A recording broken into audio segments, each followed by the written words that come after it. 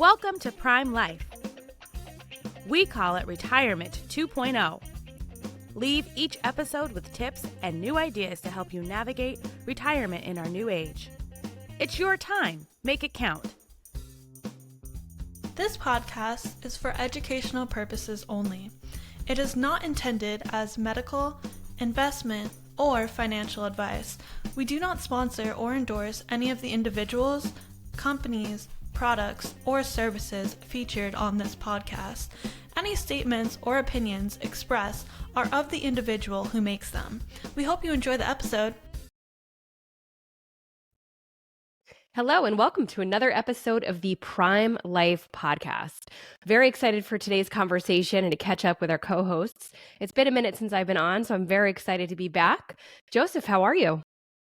Great to see you, Laura. It has been a minute or two. I hope you've been well. Yes. Positive busyness in the new year. Mary, how about yourself? How are you doing? I've been doing just great. It's a little chilly, but it is the winter, so I'm chilled. I'm chilled in a good way. I love it. And I guess on that note, if you'd like to introduce our guest today, let's kick off our conversation, get ourselves warmed back up. Sounds like a great thing to do. So today we have Marc Joseph, aka his pen name is Gramps Jeffrey. He's the co-founder of the new site babyboomer.org, which pulls together news and resources for the baby boomer community. He's also an author, i.e. the pen name for the children's book, I Don't Want to Turn 3, which I find very intriguing. So, Marc, welcome to the Prime Life podcast. Please do tell us a little bit about yourself and about babyboomer.org. Mary, thanks a lot for having me on here. I heard you were chilled. I'm chilled too, not because of the weather, but I'm here in Arizona and it's absolutely beautiful here. So I'm just chilled out. So let me tell you a little bit about babyboomer.org.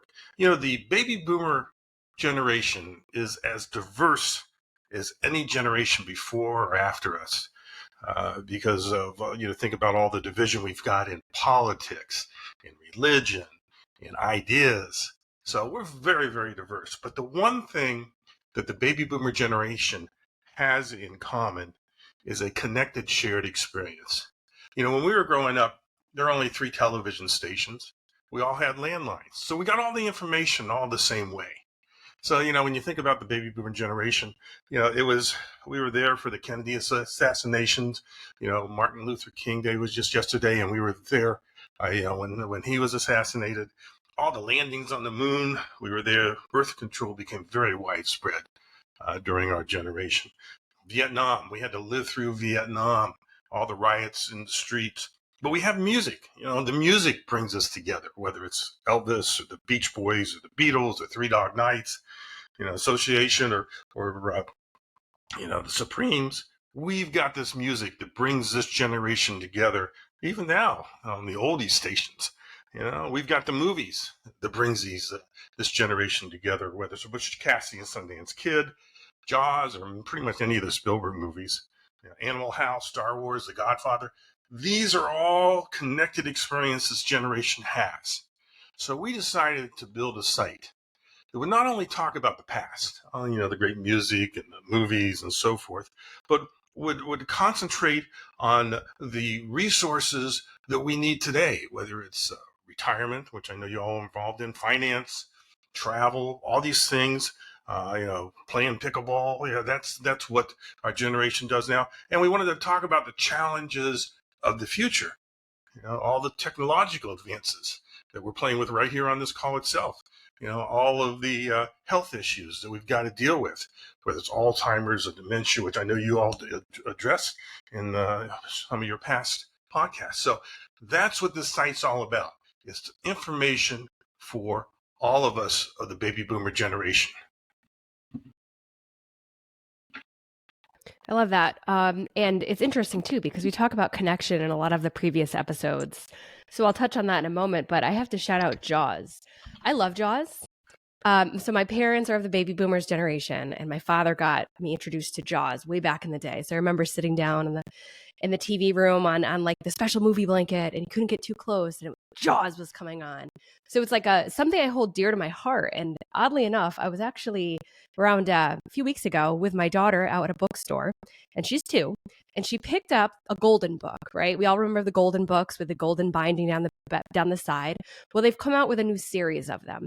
And they have the Jaws version of these golden books. So you have no idea how excited I was to help with this connection with, using Jaws as the example, bringing that story to my child. Now, is it appropriate for a 2-year-old? Well, the way they wrote it in the book, it is appropriate for a 2-year-old. I wouldn't sit her in front of the movie necessarily, but I love that you bring that up as using media as a way of connection, as a way of place. And we, as I mentioned, had former episodes that kind of talked to that. So my question is, because there's a wealth of knowledge, there's a wealth of resources on your amazing website, and we'll get there later in the conversation. But what do you have on there that talks about cross-generational connection? And what are some of those conversations like in keeping not only the baby boomers informed, but keeping them connected, whether it's to their own children or potentially their grandchildren or even great-grandchildren? Well, it's interesting. One of the reasons we built this site was because 30% of grandparents, that means 1 out of every 3 of us, are not connected to their grandkids.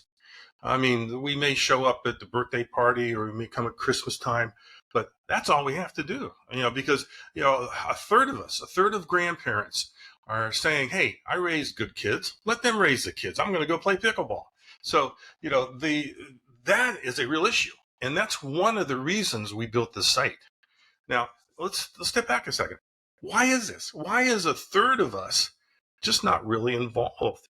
Well, there's all kinds of reasons, and a lot of it is the grandparents' fault. For instance, if your child married a spouse you don't like, well, all of a sudden you're disconnected. We as grandparents who think we know it all, we give our kids all kinds of great advice that we think is right, but they don't want it. So there's all kinds of ways that we have disconnected and we're not involved in our kids' lives. We undermine the parents' authorities. When a parent is teaching their kids all kinds of things, we may have different values and structures than our kids have. We tend to play favorites when we have grandchildren. We sometimes manipulate them. I've got a favorite grandchild. I've got 6 grandkids. I have a favorite, but I'm not going to tell you. I haven't even told my wife, because that really causes major issues. We may parents don't like it because we try to, bribe the kids for money, gifts, vacations. That gets in the way of relationships. We, as we get older, may not be as empathetic as our kids are, or we were when we were younger. And it's very hard for us to understand and share the feelings of others, especially young children. That causes strife in a relationship. We may comply these kids to demand and respect us. That causes issues. So there's a third of us grandparents just are not involved. And so we've got lots of areas of our site that talks about why we should be involved, how to get involved. What do we need to do to help raise these kids? Because think about this generation, these kids 1 to 10 years old, are going to be the greatest generation this country has ever produced. As soon as they come out of the womb, they're on the internet. They got their iPhones. I didn't get on the internet until I was 40 years old. Here you got kids that are 1, 2, 3 years old that know all kinds of electronic stuff and all kinds of information. I even call them sometimes to ask them for advice on how to do things. But so you've got this generation that is just so much smarter than we ever were. And it's up to us as grandparents to balance that out. It's up to us as grandparents to have experiences with them that, go beyond the phone and the pad. We got to make sure they get outside and play. We got to make sure that they go out and read books. You're talking about your child reading a book. That's the greatest thing you can do today, whether you're a parent or you're a grandparent, is to get your kids into reading books, because that helps offset and helps make better what they're learning on the internet. So, Marc, I grew up just after the boomer generation was the definition of that generation.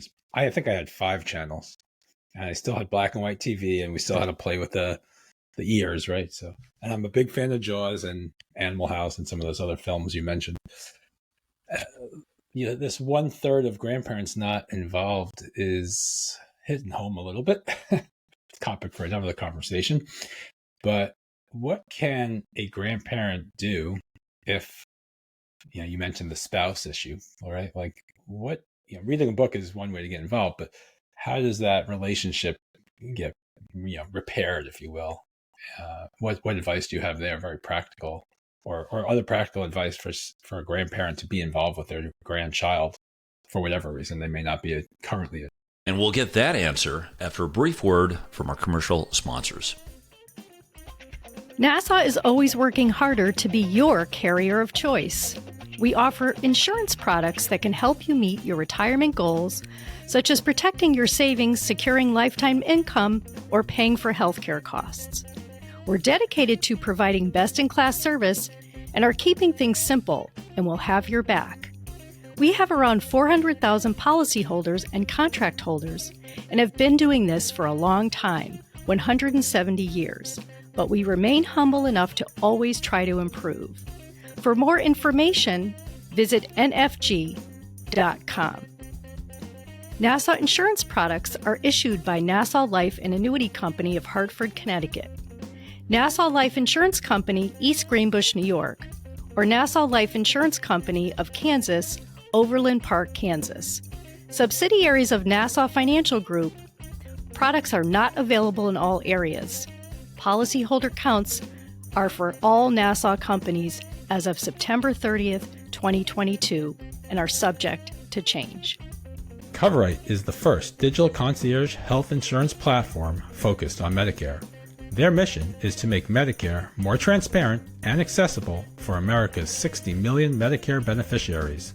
By simplifying a traditionally confusing and complex decision, Coverite delivers a simple, seamless, and hassle-free plan selection and enrollment experience. Try the Coverite platform and see for yourself why they've been referred to as the TurboTax for Medicare. Visit coverite.com/podcast to learn more. Involved. What's interesting as you get older, you get wiser. And it's because you make a lot more mistakes. Every decade, you're making more mistakes. And so you learn from them, and hopefully you're getting wiser. So you would think once you get in your 60s and 70s and 80s that you kind of be mellowed out and you kind of figure out, we talk about what is my legacy? What am I going to leave to my kids or my grandkids that they're going to remember who I am and what I am? So sometimes we as the older adult have to swallow our pride and make that extra effort. It's just something that you may not have approved something that happened 20 years ago, but it's 2 decades later. Step back and say, okay, I'm not going to be here much longer. How am I going to repair this? So grandparents are the ones that have to step up, because they're usually the ones that cause the problem to begin with. I love that. That's very interesting. A couple thoughts that I have. One is that one of the things we know are people are working longer, right? So I don't know if it's a sort of a mindset. We're working longer, so we're like a little bit more uptight and we're having to perform at work, where it seemed like people maybe in other generations, when that time hit, number one, they maybe didn't live as long, or number two, they would retire in their early 60s. I'm making this up. And the other thing I would say is, you talked about smartest generation, so EQ and IQ. So all that said, what are some other pieces of advice you could give to families, understanding that, I may not live forever, so how can we live a more fruitful life together and get along? Well, one of the first things you said is people retiring. 1 in 6 people in the United States are 65 and older now. Okay, that's a big number. That compares to 1 in 20, 100 years ago, back in 1920.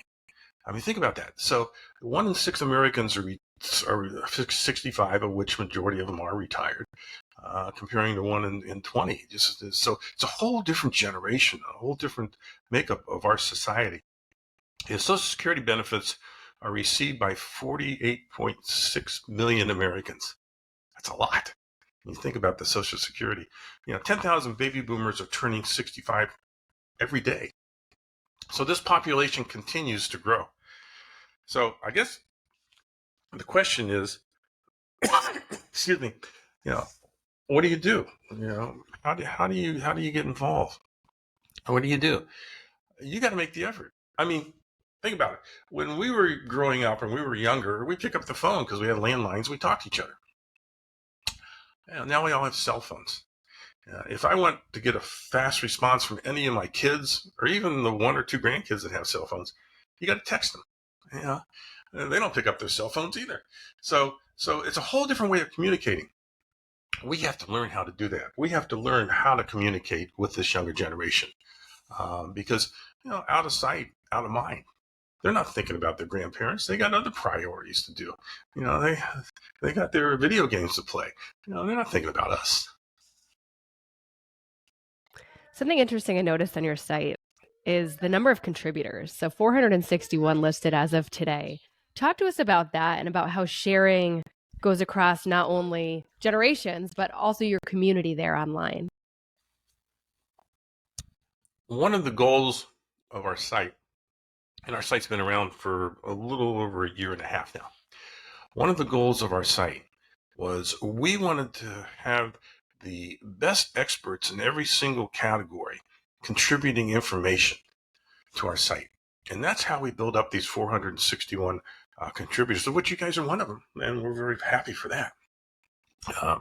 And because there are experts in everything, that we want to share with our, with every, just it's peer-to-peer kind of, they're the experts. We're the baby boomers. Some of them, as you know, some are not all baby boomers, but they talk about subjects that are very important to baby boomers. So we went out and we found what we thought were the best experts in every area. So it's everything from, travel to finance, to Alzheimer's, to dementia, to how to play pickleball, and how to do sports. So it's across every category. And if you go into our site, you'll see, there's all kinds of categories that we as a generation are interested in. And so that's how we built this site. What's fun about this is that our contributors contribute every week or every 2 weeks or every 3 weeks. So the site changes every day. So whatever the newest information that our contributors are sending to us, it automatically goes to the top of the site. So it's a brand new site every day. And it's got what we feel is the latest information from peer to peer, from experts in every one of our industries, and contributing so that we can all learn. The whole idea is that we wanted to make sure that we as a generation are learning every single day. So that's when we built the site for baby boomers. But what we have been finding is that baby boomer kids, baby boomer grandkids are coming because they're trying to understand their grandparents. We talked about grandparenting and disconnect. We have a whole section on grandparenting and what you do and how you do it and how do you make up for all these mistakes you've made in the past. And so these are experts. So whatever the latest topic is at this point in time, it goes onto the site. And that's what we wanted to do. Because when you think about it, you as a baby boomer or any generation really, when you die, you're gone. You can't take your wealth with you. You can't take anything with you. You're gone. But what do you leave behind? What is it that you left behind? Hopefully our site is helping our 461 contributors to leave behind all kinds of information that are going to help this generation, the next generation, and the following generation. And that's really our role as older adults is how do we educate the younger generations so they are better than we are? So they don't have to, down the road, put up with all this strife that we've got with government and religion and all that. What can we do to help educate them so when they grow up, they are better than we are? Because, if you take a look at the world today, what the baby boomers generation has not made it a better world. It's crazier than ever. There's a mic drop moment for you. So what lessons would you say are the most important ones that, from a baby boomer's point of view, could be passed down to the next one or two generations? Well, first of all, everybody, we got to learn how to negotiate. I mean, no matter what you're doing in this country, nobody's negotiating anymore. Nobody is getting together and coming up and compromising anymore. I mean, look at the wars going on in this world. Nobody is talking to each other anymore. You know? Now, I'm not going to blame that on electronics, everybody on the internet and not talking to each other, but you got to think about that. Where we used to pick up the phone and talk to each other, now we're just texting each other. How do we improve upon that? How do we make this a better world with all this great electronics that we have? Well, I think that was well said. I would ask you to help us understand on your site, what is it that maybe you don't have currently that you hope to have that will help, again, families connect better, maybe communicate better? I know I was looking on your website, as Laura was mentioning, and Joseph, and you have courses, like, right? So we, again, most of us are lifelong learners. I love that. But is there anything on your site that you hope to have that you don't currently have that, again, will help connect us all together, and so that we do a better job negotiating and all kinds of things? That's a great question. It leads me into my next topic, which is we are going to be introducing next month groups that we can join together that are like us. What's interesting and what I learned, because before I became a children's author and baby boomer, I was in the business world. And I wrote a book called The Secrets of Retailing: How to Beat Walmart. And what I learned early on, if you wanted to be a retailer today or back then, you could open up your store and you could take a look at your customers, and your customers would be in your town or in your county or 100 miles away. That would be your customer base. But what the internet has done, and especially if you're a retailer, is it's opened up the world to you. Now, when you put up a product or an idea, it's not just happening in your own local community, it's happening all over the world. Well, the same thing can be said to what we are trying to do. We are trying to bring together people from all over the world with like interests. And that's one of the things we will be doing shortly, is creating groups. So if we're to talk about grandparenting, if you're concerned about how do I communicate, get my kids to like me, join this group, talk about it. Yeah, because I'm sure there's somebody who's much smarter than I am that can tell you what to do.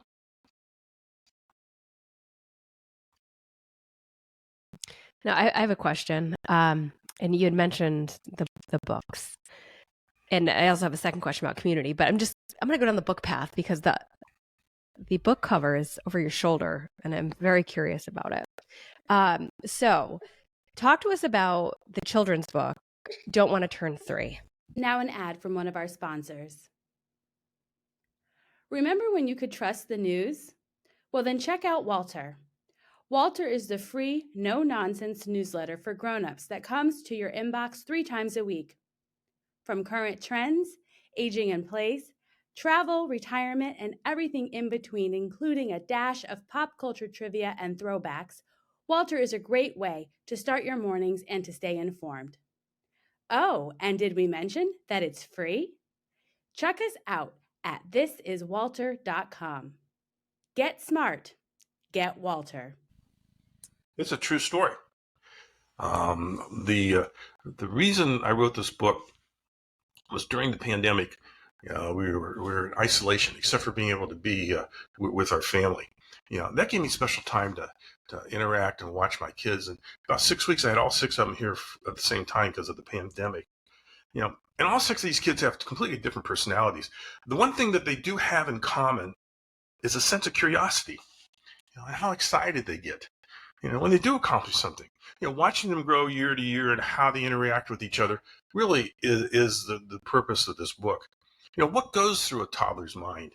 The parents are so desperate to understand. When does a toddler understand the difference between me and us? The book kind of explores how the family finds that out together, because this is happening in every single family. I know it's not just mine. As a baby boomer, I'm trying to understand how the world has evolved, since I was 3 years old. That's also part of the story. My parents, they didn't have cell phones. They didn't have the internet. They didn't have cable TV. They didn't have remotes. I was my dad's remote. He said, son, go change the channel. I was the remote. I would go change the channel. Their definition, my parents' definition of discipline was quite different than the parents' definition of discipline today. Has that made today's world a better place for kids to grow up with? I'll let your listeners answer that question. How were you treated when you were growing up versus how we were treating when we were growing up? So this book is about one of my grandkids turning 3, and the experience of that and how the family revolves around it. And that's what the story's about. So the pictures on the book, they're all pictures I took. I sent them to a illustrator to make them kind of cartoonish. Like that one is 2 of the boys in the bathtub. They love to take baths. And, that's what it's all about. So that's what the book is about. It's really exploring when does a child, or when does anyone start to take responsibility for their actions? Is it 3 years old? Is it 13? Is it 21?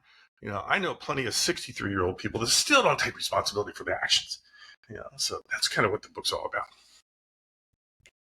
Yeah, that's a whole another topic, the sense of entitlement and it's not my problem, it's your problem kind of world we live in right now. But I want to go to something Laura started the conversation with earlier, with connection. And there's a loneliness epidemic in the world, right? People don't want to go out, and you're building these communities. So I'm curious about the process you're going through to build these communities. Are you utilizing any existing technologies? Because there are a number of platforms where people can join groups and do things. And what's your process? What's your thinking around these groups in a little more detail? Yeah, luckily for us, we've got an unbelievable IT team that has helped build the site. That's what gives us a chance to pull everything in every time something new is written. That gives us a chance to put it to the top of the page. And so it also gives us a chance to kind of communicate. So we are seeing that, again, we have 461 contributors. We're going to have certain of those contributors be the leaders of these groups because that's their expertise.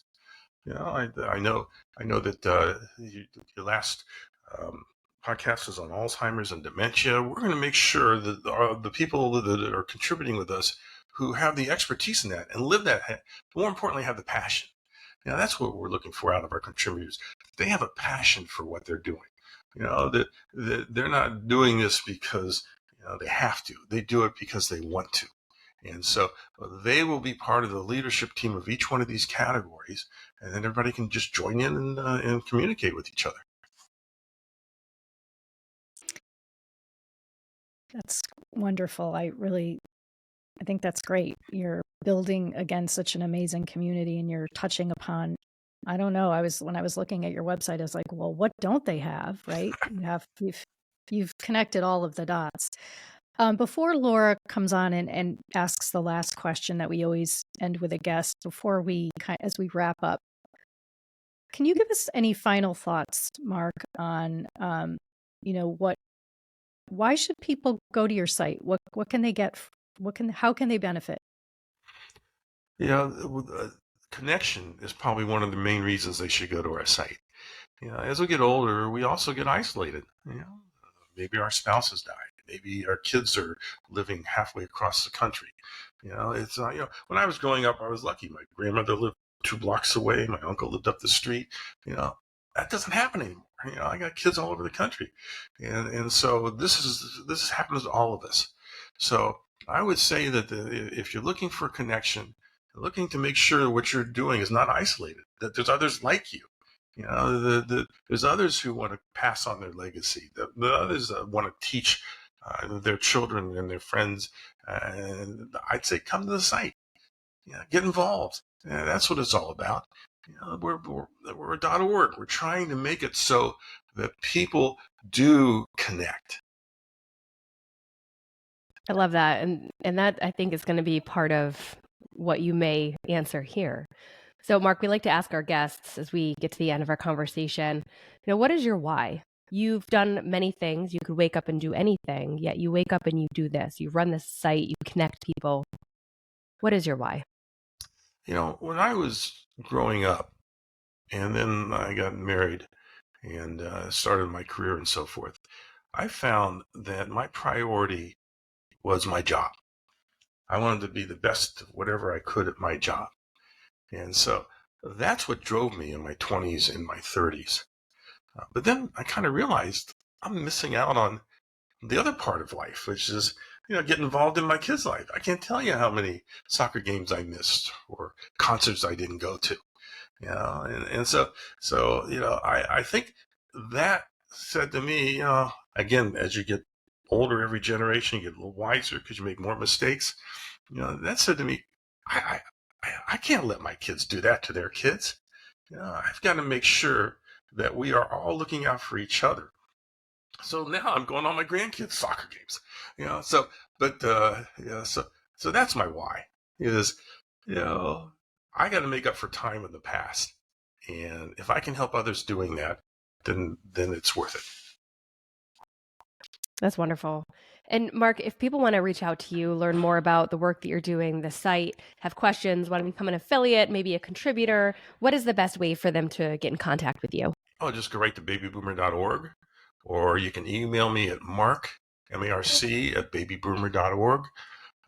So definitely, there's lots of buttons to get involved, and please reach out to me personally. I'd love for you to get involved. That's wonderful. Joseph, Mary, thank you again so much for another wonderful episode of the Prime Life Podcast. Thank you to our listeners, and we welcome you to tune in again next week for another amazing conversation. Thanks so much, and we'll talk to you soon.